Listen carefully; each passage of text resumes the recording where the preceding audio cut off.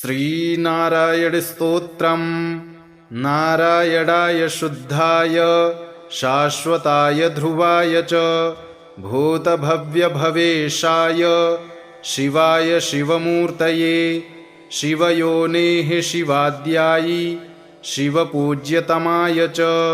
घोररूपाय महते युगान्तकरणाय च विश्वाय विश्वदेवाय विश्वेशाय महात्मने सहस्रोदरपादाय सहस्रनयनाय च सहस्रबाहवे चैव सहस्रवदनाय च शुचिस्रवाय महते ऋतुसंवत्सराय च ऋग्यजुःसामवक्त्राय अथर्वशिरसे नमः ऋषिकेशाय कृष्णाय द्रुहिडोरुक्रमाय च बृहद्वेगाय तार्क्ष्याय वराहायैकशृङ्गिणे शिपिविष्टाय सत्याय हरयेथ शिखण्डिने हुताशायोर्ध्ववक्त्राय रौद्रानीकाय साधवे सिन्धवे सिन्धुवर्षघ्ने देवानां सिन्धवे नमः गरुत्मते त्रिनेत्राय सुधर्माय वृषाकृते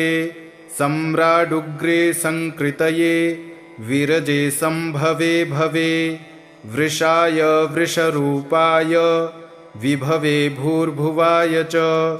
दीप्तसृष्टाय यज्ञाय स्थिराय स्थविराय च अच्युताय तुषाराय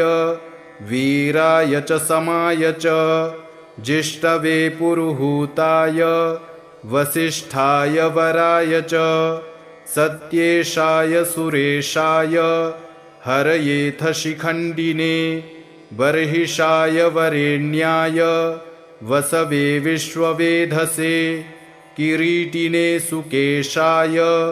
वासुदेवाय शुष्मिणे बृहद्दुःख्यसुषेणाय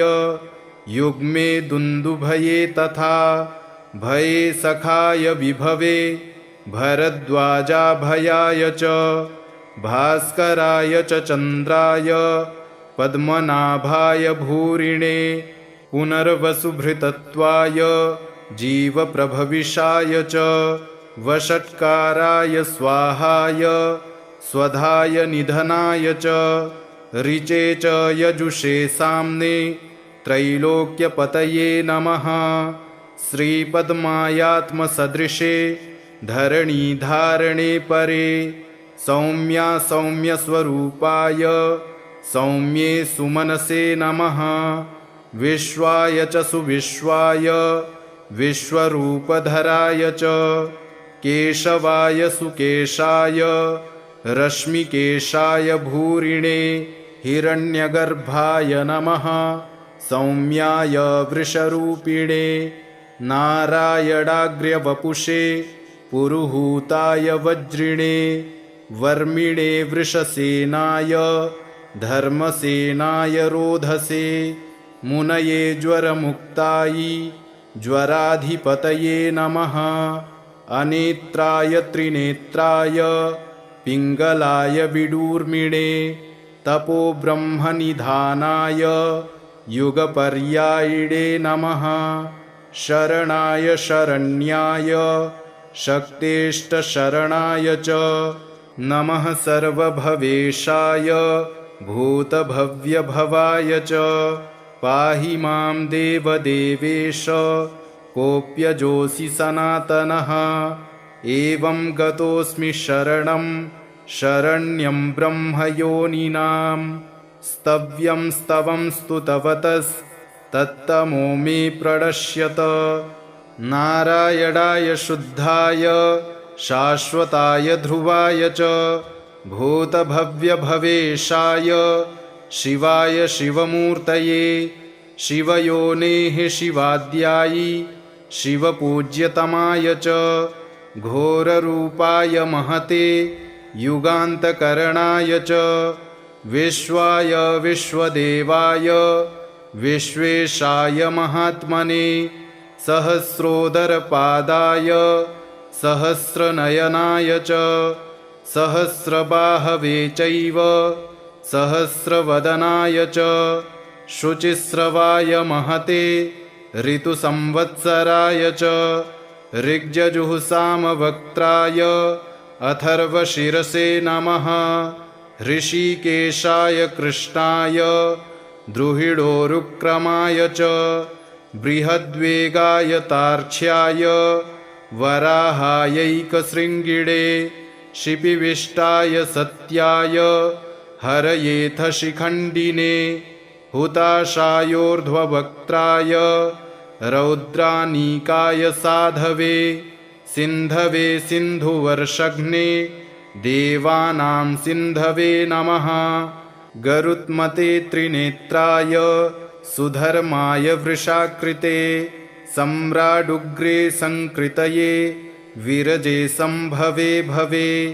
वृषाय वृषरूपाय विभवे भूर्भुवाय च दीप्तसृष्टाय यज्ञाय स्थिराय स्थविराय च अच्युताय तुषाराय वीराय च समाय च जिष्टवे पुरुहूताय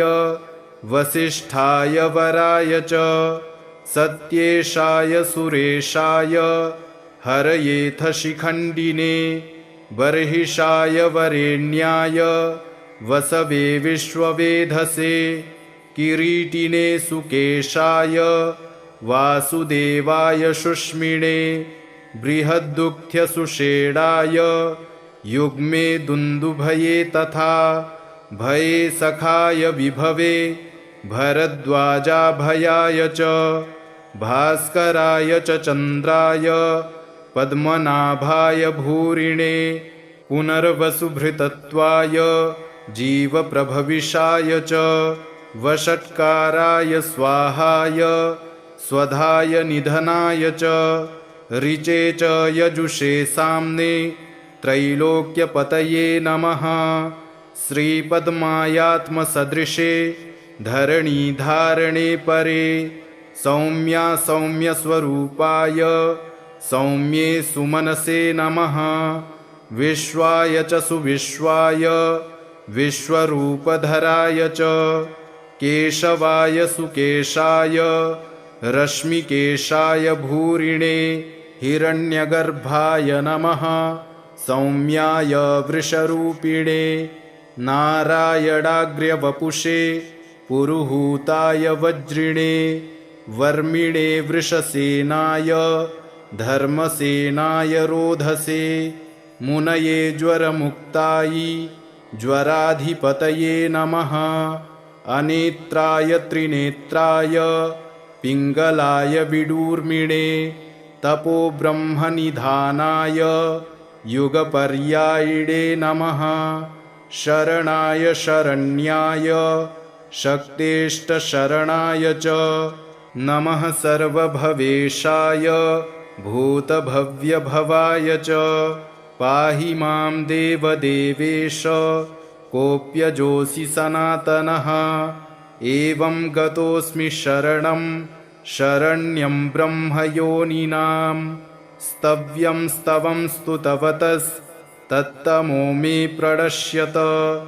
नारायणाय शुद्धाय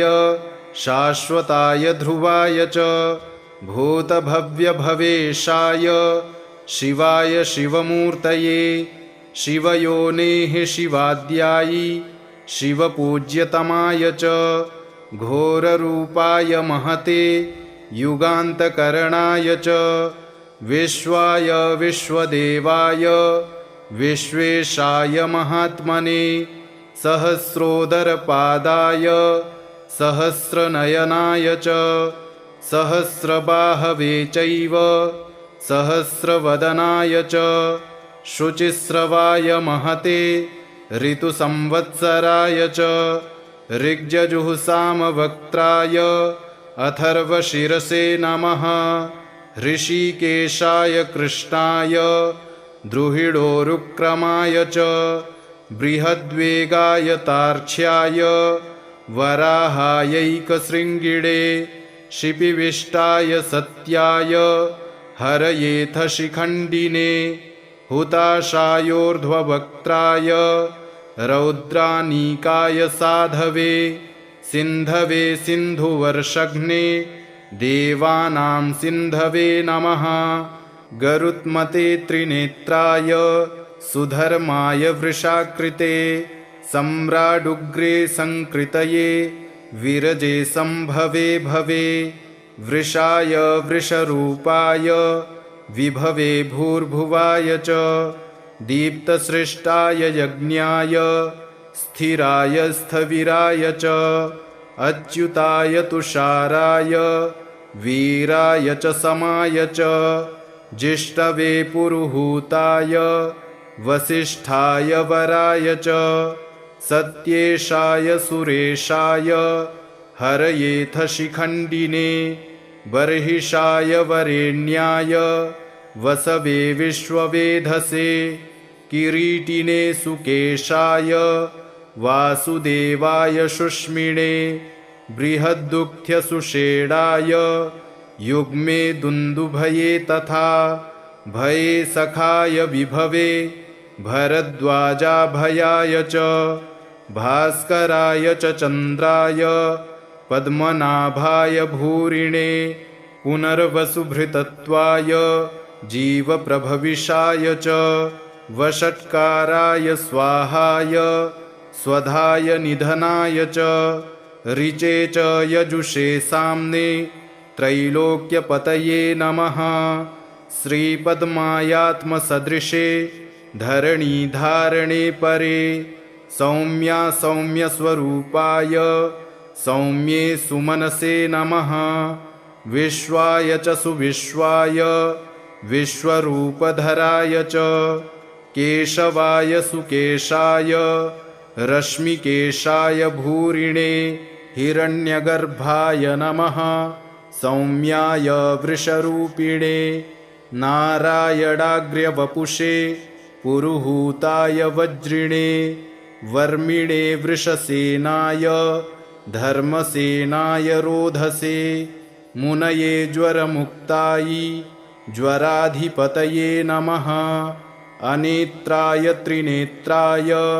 पिङ्गलाय विडूर्मिणे तपोब्रह्मनिधानाय युगपर्यायिणे नमः शरणाय शरण्याय शक्तेष्टशरणाय च नमः सर्वभवेशाय भूतभव्यभवाय च पाहि मां देवदेवेश कोऽप्यजोऽसि सनातनः एवं गतोऽस्मि शरणं शरण्यं ब्रह्मयोनिनां